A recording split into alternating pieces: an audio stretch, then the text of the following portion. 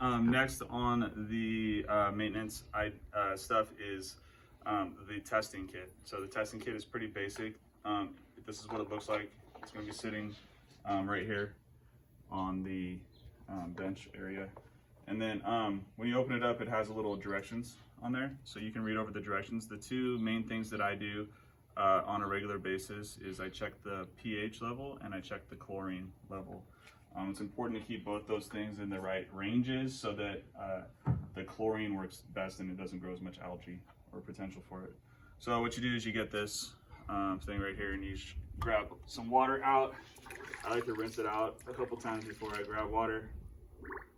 And then I grab the water and I just make sure that it gets down to the tip, the line where it's supposed to be.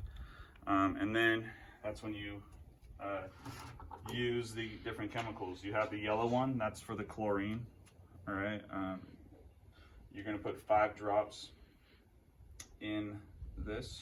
Will it make a difference that you just put those other chemicals in? Yes. Oh, okay, sorry. Okay. And then you are going to use, and it says this on the directions, but it's the R14. It's the one that's red for the pH, and that will go in to this one right here. 5 drops.